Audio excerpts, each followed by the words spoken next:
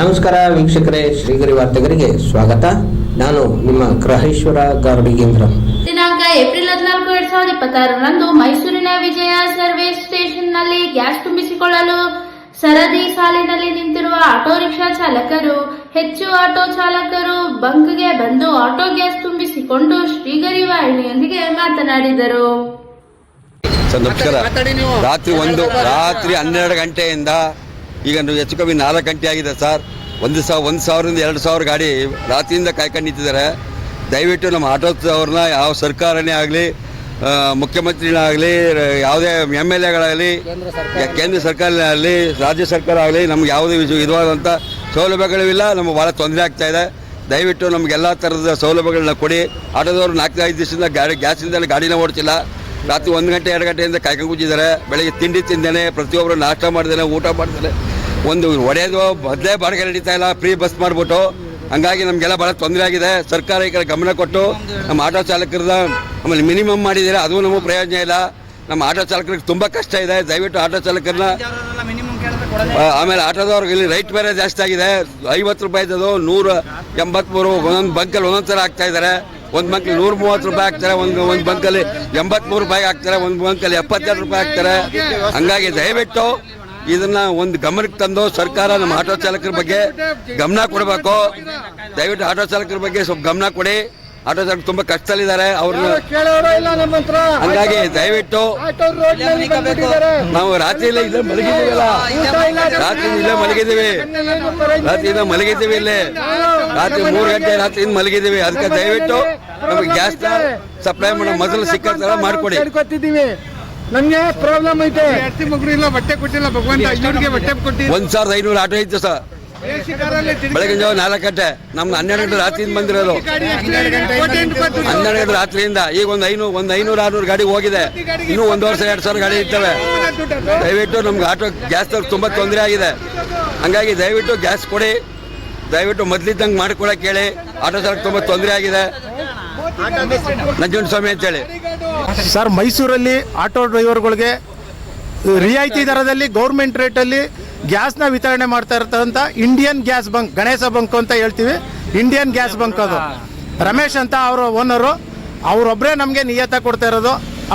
First ಅವರು, next profile ಅಂತ ಅವರು ಆದಷ್ಟು ನಮ್ಮ ಡ್ರೈವರ್ಗಳಿಗೆಲ್ಲ ಸಹಾಯ ಮಾಡ್ತಾ ಇದ್ದಾರೆ. ಅದು ಬಿಟ್ಟರೆ ಐಶ್ವರ್ಯ ಪೆಟ್ರೋಲ್ ಬಂಕ್ ಹತ್ರ ಇವು 3 ಬಂಕಲ್ಲಿ ನಮ್ಮ ಆಟೋ ಡ್ರೈವರ್ಗಳು ಪರವಾಗಿ ಕೇಳ್ಕೊತೀನಿ, ಎಲ್ಲೋದ್ರೂ ನೀವು 3 ಬಂಕಲ್ಲಿ ಹಾಕ್ಸಿ. ಇನ್ನು ಯಾವ ಬಂಕಲ್ಲೂ ನೀವು ಗ್ಯಾಸ್ ಹಾಕ್ಸ್ಬೇಡಿ. ಯಾಕೆಂದರೆ ಅವರೆಲ್ಲ ಕಳ್ಳ ಕೂದಿಗಳು. ಅವರು ನಮ್ಮ ಕತ್ ಕುಯ್ಕೊಂಡು ತಿಂತಾ ಇರೋರು. ಗೋ ಗ್ಯಾಸಲ್ಲಂತೂ ನೀವು ಯಾವುದೇ ಕಾರಣಕ್ಕೂ ಹಸ್ಕಂಬಲ್ಗಿದ್ರು 1 ಲೀಟ್ರು ಹಾಕ್ಸ್ಬೇಡಿ. ಅದು ಕಳ್ಬಂಕು. ಗೋ ಗ್ಯಾಸ್ ಅಂದರೆ ಕೊಟ್ಬಿಟ್ಟು ಹೋಗೋ ಹಂಚ್ಕೊಂಡು ಅಂತ ಯಾವುದೇ ಕಾರಣಕ್ಕೂ ಅಲ್ಲಿ ಹಾಕ್ಸ್ಬೇಡಿ. ಎಲೆ ತೋಟದಲ್ಲಿ 120 ಅವ್ನು ಇಷ್ಟ ಬಂದಂಗೆ ಬರ್ಕತಾನೆ. ಆಟೋ ಡ್ರೈವರ್ಗಳ ಪರವಾಗಿ ಯಾರೂ ಕೇಳೋರಿಲ್ಲ ಸರ್. ಆದರೆ ನಿಯತ್ತಾಗಿ ಕೊಡ್ತಾ ಇರೋವಂಥವ್ರು ಇಂಡಿಯನ್ ಬ್ಯಾಂಕು, ಅದು ದಾಸಪ್ಪ ಸರ್ಕಲ್ ಹತ್ರ ಇರೋಂಥ ಬಂಕಲ್ಲಿ ನೀವು ಹಾಕ್ಸಿ. ನಿಮಗೆಲ್ಲ ಮೈಲೇಜು ಬರುತ್ತೆ, ಚೆನ್ನಾಗಿರುತ್ತೆ. ಗೌರ್ಮೆಂಟ್ ರೇಟು ನೀವು ಕೇಳಿದಷ್ಟು ಗ್ಯಾಸು ಹಾಕ್ಕೊಡ್ತಾರೆ. ಏನು ಮೋಸ ಏನಿಲ್ಲ ಅಲ್ಲಿ. ಸರ್, ನಾವು ಮೈಸೂರಿಂದ ಆಟೋ ಡ್ರೈವರ್ ಆನಂದ್ ಅಂದ್ಬಿಟ್ಟು. ಸರ್, ಈಗ 3 ದಿವಸ ಆಯಿತು ನಾವು ಗಾಡಿ ಓಡಿಸಿ. ಆಟೋ ಸಮಸ್ಯೆ, ಗ್ಯಾಸ್ ಇಲ್ಲ. ಎಲ್ಲ ಮೈಸೂರಲ್ಲಿರತಕ್ಕಂಥ 8-10 ಬಂಕ್ಗಳಿದೆ, ಎಲ್ಲೂ ಗ್ಯಾಸ್ ಇಲ್ಲ. ನಮ್ಮ ಆಟೋ ಚಾಲಕರ ಬಗ್ಗೆ ಯಾರೂ ಕೇಳೋರಿಲ್ಲ. ಯಾಕೆಂದರೆ ಫಸ್ಟು ಸಾರ್ವಜನಿಕ ಜೀವನದಲ್ಲಿ ಸೇವೆ ಸಲ್ಲಿಸತಕ್ಕಂಥವರು ನಮ್ಮ auto department, next police department, next fire department. ಇಲ್ಲೇ ಬೆಂಕಿ ಹತ್ಕೊಳ್ಳಿ, ಅವಘಡ ಸಂಭವಿಸಲಿ, ಫಸ್ಟು ಎಂಟ್ರಿ ಕೊಡೋದು ಫೈರ್ ಆಫೀಸು. ಅದು ಬಿಟ್ಟರೆ ಪೊಲೀಸ್ ಡಿಪಾರ್ಟ್ಮೆಂಟು. ನಾವು ಸಾರ್ವಜನಿಕ ಜೀವನದಲ್ಲಿದ್ದು ನಮಗೇನು ಪ್ರಯೋಜನ ಇಲ್ಲ. ಯಾವ ರಾಜಕಾರಣಿ ಆಗಲಿ ಒಂದು ಎಲೆಕ್ಷನ್ ಬಂದಾಗ ನಮ್ಮ ಬ್ಯಾನರ್ ಕಟ್ಕೊಂಡು ನಮ್ಮ ನಾಯಿ ಥರ ಕರ್ಕೊಂಡೋಗಿ ಕ್ಯಾನ್ವಾಸ್ ಮಾಡ್ಕೋತಾರೆ, 500,000 ಕೊಟ್ಬಿಡ್ತಾರೆ, ಹೊಟ್ಟೋಗ್ಬಿಡ್ತಾರೆ. ನಮ್ಮ ಕಷ್ಟ ಕೇಳೋರು ಯಾರಿಲ್ಲ. ಯಾವ ಪ್ರಧಾನಮಂತ್ರಿ ಇವತ್ತಿರೋಕ್ಕಂಥ ಮೋದಿಯವರಿಂದ ನಮ್ಗೆ ಇಷ್ಟಾರು ಬರ್ತಾಯಿದೆ. ಈ ಸಿದ್ದರಾಮಯ್ಯನಂತವ್ರು ಇದ್ದಿದ್ರೆ ನಮಗೆ ತಿನ್ನೋಕ್ಕೂ ಅನ್ನ ಇರ್ತಿರ್ಲಿಲ್ಲ, ಬಟ್ಟೆನೂ ಬಿಚ್ಕೊಂಡು ಕಳಿಸ್ಬಿಡ್ತಾಯಿದ್ರು ನಮ್ಮನ್ನು. ಆ ಪರಿಸ್ಥಿತಿಗೆ ಬಂದಿದೆ. ನಮ್ಮನ್ನು ಯಾರೂ ಕೇಳೋರಿಲ್ಲ. ಇವ್ರು ಹೋಯ್ತಾರೆ IPL ಪಂದ್ಯ ನೋಡೋಕೆ ಹೋಗ್ತಾರೆ, ಮೋಜ್ ಮಸ್ತಿ ಮಾಡೋಕೆ ಹೋಗ್ತಾರೆ. ಹೋಯ್ತಾನೆ ನನಗೆ ಅಧಿಕಾರ ಬೇಕು ಅಂತ ಡೆಲ್ಲಿಗೆ ಹೋಯ್ತಾರೆ. ಬರೀ ಅಧಿಕಾರದ ಆಸೆನೇ ಹೊರತು ಜನಸಾಮಾನ್ಯರದು, ಆಟೋ ಚಾಲಕರದ್ದು ಏನಿದೆ ಅವ್ರಿಗೆ ಒಂದಷ್ಟು ಪರಿಹಾರ ಕೊಡೋಣ, ತಿಂಗಳಿಗೆ ಒಂದು 10,000 ರೂಪಾಯಿ ಪರಿಹಾರ ಕೊಡೋಣ, ಏನಿಲ್ಲ. ಬರೀ ಹೆಂಗಸರು ಕೊಟ್ಬಿಟ್ರೆ ಸಾಲದ, ನಮ್ಮದು ಕಿತ್ತು ಹೆಂಗಸರು ಕೊಡ್ತಾರೆ. ನಾವು ದುಡ್ದು ಇವತ್ತು 180 ರೂಪಾಯಿ ಸನ್ಪ್ಯೂರ್ ಎಣ್ಣೆ ನಾವು 200-300 ದುಡ್ಬಿಟ್ಟು ಯಾವ ಥರ ಜೀವನ ಮಾಡ್ಬೇಕು ಸರ್? ಗ್ಯಾಸ್ ಇಲ್ಲ. ಬೆಳಿಗ್ಗೆ 10-9 ಗಂಟೆಗೆ ಬಂದಿರೋರು ಇನ್ನೂ ಗ್ಯಾಸ್ ಸಿಕ್ಕಿಲ್ಲ ನಮಗೆ. ನಮ್ಮ ಸಮಸ್ಯೆ ಕೇಳೋರು ಯಾರು ಸರ್? ಸರ್, ಈಗ ಸ್ಕೂಲು ಬಂತು, ಇವಾಗ ಫೀಸ್ ಕಟ್ಟಬೇಕು, ನಮ್ಗೆ ಸಂಪಾದನೆ ಇಲ್ಲ. ಇದಕ್ಕೆ ಸರ್ಕಾರನೇ ನೆರವು ಬರಬೇಕು ನಮಗೆ. ಯಾಕೆಂದರೆ ಈಗ ಲಾಕ್ಡೌನ್ಗಿಂತ ಹೆಚ್ಚಾಗಿದೆ ನಮಗೆ. ನಮ್ಮ ಪರಿಸ್ಥಿತಿ ಕೇಳೋರು ಯಾರು? ಕೇಳಿದ್ರೆ ಡ್ರೈವರ್ಗಳಿಗೆ ಎಷ್ಟು ಕೊಟ್ಟರು ಸಾಲಲ್ಲ ಅಂತಾರೆ. ಯಾರು? ನಮ್ಮ ರಾಜ್ಯದ ಮಾನ್ಯ ಮುಖ್ಯಮಂತ್ರಿಗಳು. ಅವ್ರಿಗೇನಾದ್ರು ಮಾನ ಮರ್ಯಾದೆ ಇದೆಯಾ? ಮುಖ್ಯಮಂತ್ರಿಯಾಗಿ ಡ್ರೈವರ್ಗಳಿಗೆ ಎಷ್ಟು ಕೊಟ್ಟರು ಸಾಲಲ್ದು ಅಂತಾರೆ. ಏನು ಕೊಟ್ಬಿಟ್ಟವನೇ ಡ್ರೈವರ್ಗಳಿಗೆ? ಏನೂ ಕೊಟ್ಟಿಲ್ಲ. ನಮ್ಮದ್ ಕಿತ್ತು ಹೆಂಗಸರು ಕೊಡ್ತಾರೆ. ಹೆಂಗಸರು ಮುಟ್ಟಾಳೆ ಹೆಂಗಸರುಗಳು, ಅವರು ಓಟ್ ಹಾಕ್ಬಿಟ್ಟು ಗೆಲ್ಸ್ಬಿಟ್ರು. ಬರ್ಲಿ ನಮ್ಮ ಹತ್ರ ಓಟ್ ಕೇಳಕ್ಕೆ. ಮಾನ ಮರ್ಯಾದೆ ಇದ್ರೆ ಯಾವುದೇ ಬಸ್ ಚಾಲಕ ಆಗಲಿ, ಯಾವುದೇ ಕಾರ್ ಡ್ರೈವರ್ ಆಗಲಿ, ಯಾವುದೇ ಜೀಪ್ ಡ್ರೈವರ್ ಆಗಲಿ, ಯಾವುದೇ ಖಾಸಗಿ ವ್ಯಕ್ತಿ ಡ್ರೈವರ್ ಆಗಲಿ, ಆಟೋ ಡ್ರೈವರ್ ಆಗಲಿ, ಒಂದು ಓಟು ಕಾಂಗ್ರೆಸ್ ಗುಲಾಮ್ಗಿರಿ ಪಕ್ಷಕ್ಕೆ ಕೊಡಬಾರ್ದು. ಕೊಡ್ದಂಗಿದ್ರೆ ನಾವು ಬದುಕ್ತೀವಿ. ಇಲ್ಲ ಅಂದರೆ ಇದೇ ಥರ ನಮ್ಮ ತಗೊಂಡೋಗಿ ಹಾಕ್ತಾರೆ. ಬೇಕಾದಾಗ ನಮ್ಮನ್ನ ಆಟೋ ಡ್ರೈವರ್ನ ಬಳಸ್ಕೋತಾರೆ, ಬೇಡದೇ ಇದ್ದಾಗಿಲ್ಲ. ಕಷ್ಟ ಬಂದಾಗ ಯಾರೂ ಕೇಳಲ್ಲ. ಒಂದು ಸಿನಿಮಾ ಪ್ರೊಡ್ಯೂಸರ್ ಆಗಲಿ, ಒಂದು ಸಿನಿಮಾ ರಿಲೀಸ್ ಆಗಲಿ, ನಮ್ಮನ್ನು ಬಳಸ್ಕೋತಾರೆ.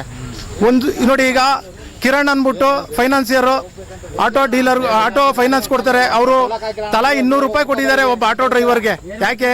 ಊಟ ತಿಂಡಿ ತಿನ್ಲಿ, ಅವರು ಗ್ಯಾಸ್ಗೋಸ್ಕರ ಕಾಯ್ಕೊಂಡು ನಿಂತಿದ್ದಾರಂತೆ. ಅವ್ರಿಗೆ ನಮ್ಮ ಆಟೋ ಚಾಲಕರ ಸಂಘದಿಂದ ಹೃತ್ಪೂರ್ವಕ ವಂದನೆಗಳು ಅವರಿಗೆ. ಅವ್ರು ಚೆನ್ನಾಗಿರ್ಲಿ. ಅವರು ಸರ್ ಈಗ ಹೆಚ್ಚು ಕಡಿಮೆ ಅವರು ಒಂದು 50,000 ಆಟೋಗೆ ತಲಾ 200 ರೂಪಾಯಿನಂತ ಸಹಾಯ ಕೊಟ್ಟಿದ್ದಾರೆ. ಅವ್ರ ಋಣನ ನಾವ್ ಯಾವತ್ತೂ ಮರೆಯಕ್ಕಾಗಲ್ಲ ಸರ್.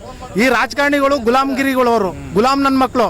ನಮ್ಗೇನು ಇಲ್ಲ. ನಮ್ಗೆ ಈಗ ಇಲ್ಲಿದೆ ಒಂದು 500-600 ಮೇಲಿದೆ ಆಟೋಗಳು. ಸರ್ ಸಾರಿ ಹೆಚ್ಚು ಕಡಿಮೆ ಒಂದು 2,000 ಆಟೋ ಇದೆ ಸರ್. ಇವಾಗ 3 ಲೈನ್ ಬಂದಿದೆ ಅಂದ್ರೆ ದಾಸಪ್ಪ ಸರ್ಕಲ್, ರೈಲ್ವೆ ಸ್ಟೇಷನ್ ಬಳಸಿ, ದಿವಾನ್ಸ್ ರೋಡ್ ಬಳಸಿ ಇದೆ ಅಂದ್ರೆ ಒಂದು 2,000 ಅಂತೂ ಗ್ಯಾರಂಟಿ ಇದೆ ಸರ್. ಈ ಪ್ಲೇಸ್ ಅಲ್ಲಿ 2,000 ಆಟೋಗಳಿದೆ ಸರ್. ನಂಜರಾಜ ಬೌದ್ಧ ಚೌಲ್ಟ್ರಿ ಹತ್ರ 2,000 ಆಟೋಗಳಿದೆ.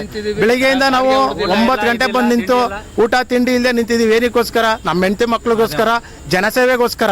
ನಾವಿಲ್ಲ ಅಂದ್ರೆ ರೋಡಲ್ಲಿ ಎಲ್ಲ ರೋಡ್ಗೂ ಬಸ್ ಹೋಗಕ್ ಆಗಲ್ಲ ಸರ್. ನಾವು ಬೇಕೇ ಬೇಕು. ಒಬ್ಬ ಪೇಷೆಂಟು ಅಂದ್ರೆ ಅವನ್ನ ಎತ್ಕೊಂಡೋಗಿ ಹಾಸಿಗೆವರೆಗೂ ಮಲಗಿಸ್ ಬರ್ತೀವಿ. ಬಟ್ ನಮ್ಗೆ 10 ರೂಪಾಯಿ ಯಾರು ಕೊಡಲ್ಲ. ಒಂದೊಂದು ಬಂಕಲ್ಲಿ ಒಂದೊಂದು. ಆ ಗೋ ಗ್ಯಾಸ್ ಅಂದ್ರೆ ನೀವು ಕೊಟ್ಬಿಟ್ಟು ಸುಮ್ಮನೆ ಹೋಗು ಅಂತ. ಆಗ ಆ ಬಂಕಲ್ಲಿ 120 ರೂಪಾಯಿ ಕಳ್ಳ ಬಂಕ್. ಅದು ಆ ಬಂಕಲ್ಲಿ ನಾವು ಹಾಕ್ಸಿದ್ರೆ ಉದಾರ ಆಗಕ್ಕಾಗಲ್ಲ, 10 ಕಿಲೋಮೀಟರ್ ಹೋಗಕ್ಕಾಗಲ್ಲ.